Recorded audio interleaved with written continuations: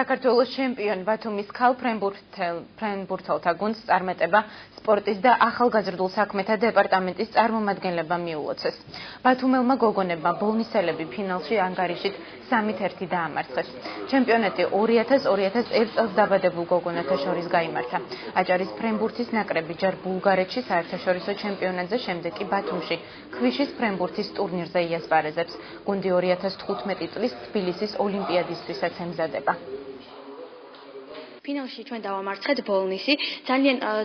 გუნდები ძალიან ძლიერები იყვნენ, მაგრამ ჩვენ ეს შევძელით. ბოლნისი ფინალში დავამარცხეთ 3-1 ანგარიშით. დეპარტამენტიდან არის პროგრამა, რომელშიც ჩვენ ვართ ჩასმული, ფრენბურთი და უკვე შეკრება გქონდა ამ ასაკს, რომელიც ოლიმპიური ასაკია.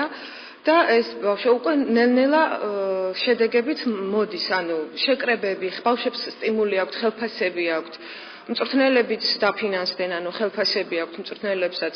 ეს სტიმული ძალიან ბევრს ნიშნავს. უკვე შედეგებიც მოდის ნელ-ნელა. ჩემპიონობა ეს ძალიან რთული იყო, 8 გუნდს მოუგენ ბავშვებმა. 2008 წლის შემდეგ ეს იყო განმეორებითი, ესე ვთქვათ.